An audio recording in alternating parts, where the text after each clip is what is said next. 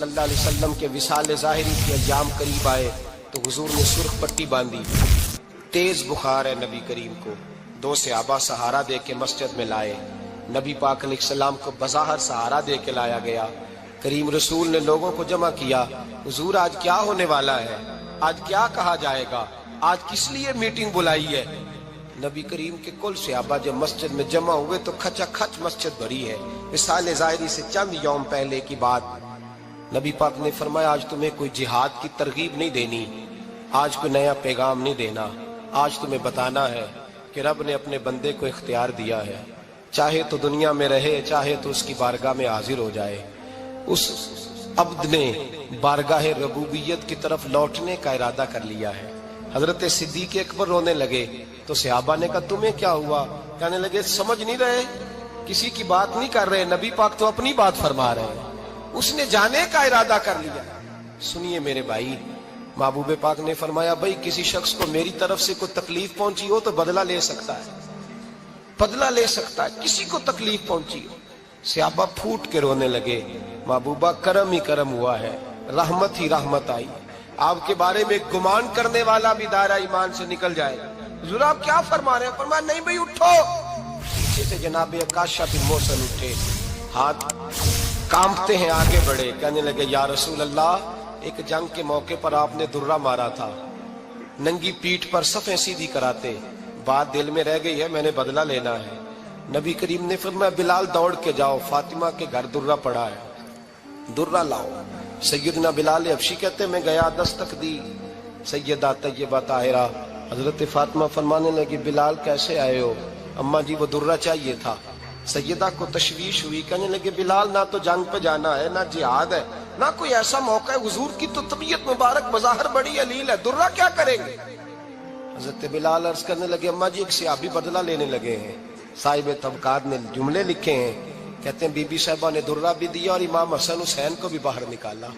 فرمانے لگی عکاشہ سے کہنا 100 درے مارے، ان دو شہزادوں کے جسم پر نبی پاک کے قریب نہ جائے، میں نے 2 بچے پیدا ہی اپنے محبوب پر قربان کرنے کے لیے کیے، ان کو لے جائے۔ حضرت بلال کہتے میں 2 شہزادے لے کے آیا، اور جب دروازے میں میں لے کے پہنچا تو نبی پاک نے دیکھا تو آنکھوں میں آنسو آ گئے، فرمایا ان کو بٹھا دو، مجھے پتا ہے فاطمہ نے کیا کہہ کے بھیجا ہے۔ حضرت سیدنا بلال فرماتے ہیں درہ میں نے جناب عکاشہ کو دیا، حضرت عکاشہ درہ لے کے آگے جو بڑھے تو حضرت ابوبکر صدیق نے ان کے پیروں پہ ہاتھ رکھا، فرمایا عکاشہ میری طرف آ یار، مجھے مار درے، نبی پاک کے قریب نہ جا۔ مصطفیٰ کریم نے فرمایا ابوبکر تو ہٹ جا، اسے آنے دے۔ فرماتے ہیں میں چند قدم آگے گیا تو مولا علی شیر خدا نے میرے پیر پہ ہاتھ رکھا، کہنے لگے عکاشہ سوچ تو صحیح تو کیا کر رہا ہے؟ حضور نے فرمایا علی ہٹ جاؤ، میرا اور ان کا معاملہ ہے۔ جناب عکاشہ آگے بڑھ رہے، نبی کریم نے فرمایا میں اپنی امت کو درس دینا چاہتا ہوں، خبردار خبردار زندگی میں تمہارے ہاتھ سے زبان سے کسی کو تکلیف نہ پہنچنے پائے، خبردار یاد رکھنا وہ معاشرے بگڑ جاتے ہیں، وہ معاشرے تباہ کر دیے جاتے ہیں جہاں ظلم ہوتا ہے، جہاں زیادتی ہوتی ہے، جہاں لوگوں کو ستایا جاتا ہے۔ محبوب کریم کے قریب آئے حضرت عکاشہ، کہا حضور میری پیٹھ ننگی تھی، آپ بھی ذرا کپڑا ہٹائیے۔ نبی کریم نے پیٹھ سے کپڑا ہٹایا، جناب عکاشہ نے درہ جو اٹھایا تو صحابہ کی چیخیں نکلی، حضرت عکاشہ نے درہ دور پھینکا، حضور کے بطن اطہر سے لپٹ گئے، چومنے لگے، کہنے لگے حضور وہ تو صفیں سیدھی کراتے لگ گیا تھا، آپ نے کہاں مارا تھا؟ یا رسول اللہ میں تو بہانہ بنا رہا تھا کہ جاتی دفعہ مجھے وجود چومنے کا موقع نصیب ہو جائے، مجھے یہ موقع نصیب ہو جائے۔ میرے حبیب نے فرمایا جس نے جنتی دیکھنا ہو میرے عکاشہ کی زیارت کر لے۔ بھائی ظلم کا دروازہ کھلا ہوا ہے اور لوگ بھول جاتے ہیں زیادتی کرتے ہوئے، وہ بہو سے ہی کیوں نہ کریں، وہ اپنے گھر کے بھول جاتے ہیں کہ شاید پوچھنے والا کوئی نہیں، شاید میزان نہیں لگے گا۔ ایران کے بادشاہ نے اپنے بیٹے کو پڑھانے کے لیے ایک استاد صاحب کا بندوبست کیا۔ استاد صاحب کو کہا کہ میرے بچے کو دین پڑھائیے، میں چاہتا ہوں کل اس نے عنان حکومت کو سنبھالنا ہے تو یہ دین سے آگاہ ہو جائے، اس کو کچھ سکھائیے پڑھائیے۔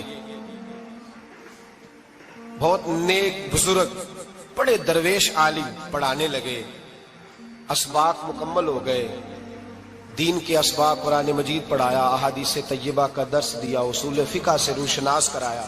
جب بچے نے مکمل تعلیم حاصل کر لی اور آمین ہو گئی، دستار ہو گئی، فارغ ہو گئے، تو پھر ایک دن استاد صاحب نے کہا بیٹے کل تم نے ضرور آنا ہے، کچھ بات کرنی ہے۔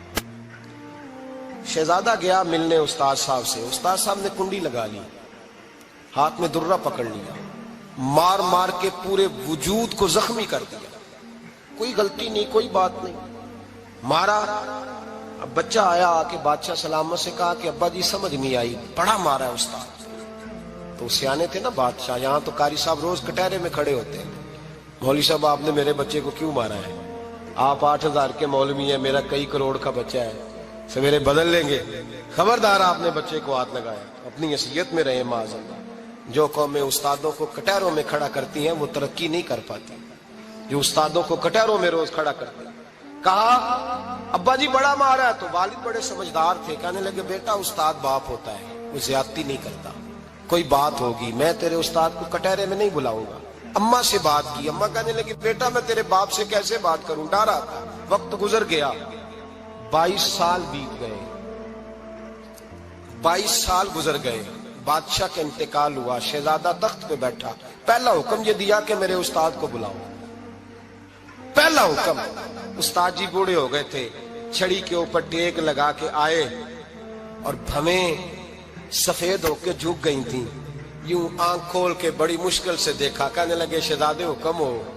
کم میں شہزادہ نہیں، اب میں بادشاہ بن گیا ہوں۔ استاد جی 22 سال بیت گئے، آپ نے مارا تھا، پر وہ درد چونکہ زیادتی کی تھی، میرا قصور کوئی نہیں تھا، تو نہ میری روح سے درد گیا ہے نہ میرے جسم سے گیا ہے، میں بے اختیار تھا، پوچھ نہیں سکتا تھا، آج با اختیار ہوا ہوں۔ سب سے پہلے پہلا حکم آپ کو دیا، بلایا ہے، بتائے کیوں مارا تھا، کیوں مجھے مارا تھا، میری زیادتی بتائے۔ تو استاد، بوڑھے استاد کی آنکھیں آنسوؤں سے بھر گئیں، کہنے لگے بیٹے بس آج کے دن کے لیے مارا تھا، یہ جو دن آ گیا نا میری زندگی میں اس لیے مارا تھا، یہ میں چاہتا تھا میری زندگی میں وقت ہے، آج کے بس میری مراد پوری ہو گئی۔ کہا صاحب کس لیے، مجھے بھی سمجھائے۔ آپ فرمانے لگے کتنی دیر ہو گئی تجھے مار کھائے ہوئے، کتنا زمانہ بیت گیا؟ کہنے لگا 22 سال۔ فرمایا زخم بھولے تو نہیں، درد ختم تو نہیں ہوئی، تمہیں بات ایک منٹ کے لیے بھی تمہارے حافظے سے محو تو نہیں ہوئی؟ کہ استاد جی روز رات کو یاد آتی، روز خیال آتا تھا۔ استاد کہنے لگے بھائی تو بے اختیار تھا، پوچھ نہیں سکا، 22 سال تجھے یاد رہا، مجھے پتا تھا تو ایک دن حکمران بنے گا، میں نے تجھے اس لیے مارا تھا کہ بیٹے یاد رکھنا، کسی پہ ظلم نہ کرنا، اگر تجھے 22 سال تک یاد رہا ہے تو جس پر تو ظلم کرے گا اسے بھی قیامت تک یاد رہے گا، اور یہ یاد رکھنا تو آج با اختیار ہوا تو تو نے مجھے بلا لیا ہے، قیامت کے دن غریب با اختیار ہو جائیں گے، مظلوم با اختیار ہو جائیں گے، وہ با اختیار ہوں گے للہ الواحد القہار، رب کریم کی بارگاہ کے اندر ان کا اختیار ہوگا، اکیلے اللہ کی حکمرانی ہوگی، پھر وہ بلائیں گے بڑے بڑے کج کلا، دنیا میں جن کی پگڑیاں اونچی تھی وہ سر جھکائے کھڑے ہوں گے، دنیا میں جو ڈکٹیٹر بنتے تھے ان کی پشتیں لال ہوں گی، ان کو غدار لکھا جائے گا، قیامت تک نہیں بھولے گا۔ ظلم کرنا تو سوچ سمجھ کے کرنا، اتنا کرنا جتنا تم سہ سکتے ہو، اتنی زیادتی کرنا جتنی قیامت میں تم برداشت کر سکتے ہو۔ میرے نبی کریم صلی اللہ علیہ وسلم نے فرمایا ظلم سے بچو، یہ قیامت کے اندھیروں میں سے ایک اندھیرا ہوگا، زندگی میں زیادتی نہ کریں، اگر تھوڑی دیر کے لیے کوئی چیز برداشت کر جائیں گے تو وہ فائدہ دے جائے گی، کچھ دیر کے لیے اگر سہ جائیں گے تو نفع مل جائے گا، سہنے کی کوشش کریں لیکن زیادتی نہ کریں، نظر کو، سوچ کو، ذہن کو پاک رکھیں، اور میرے بھائی زندگی پوری ظلم سے بچیں، زیادتی سے بچیں۔ امیر المومنین حضرت جناب سیدنا عمر فاروق رضی اللہ تعالیٰ عنہ رات گھر میں تھے تو رونے لگے،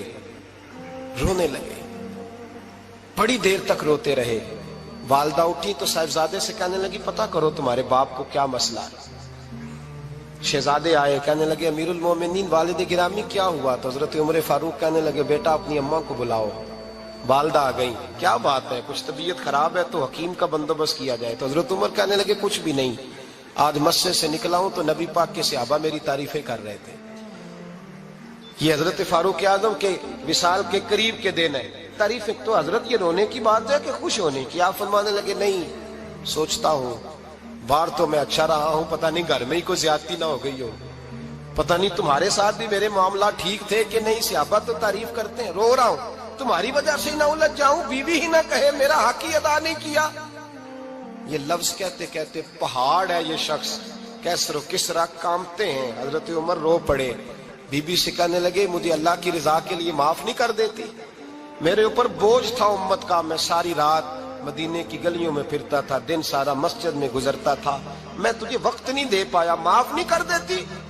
تو زوجہ کہنے لگی نہیں عمر، میں نے بھی زندگی میں اپنا کوئی سکھ چین نہیں دیکھا، کوئی چاؤ پورا نہیں کیا، میں کیسے معاف کر دوں، میں نہیں معاف کرتی۔ حضرت عمر زمین پہ بیٹھ گئے، رونے لگے، کہنے لگے چل معاف کر دے۔ کہنے لگی ایک وعدہ کرو، قیامت کے دن رب کریم کی بارگاہ میں میری سفارش کرو گے؟ اللہ کی بارگاہ میں عرض کرو گے کہ اللہ اچھی تھی، مجھے کپڑے دھو کے دیتی تھی، روٹی پکا کے دیتی تھی، میری عزت کی محافظ تھی؟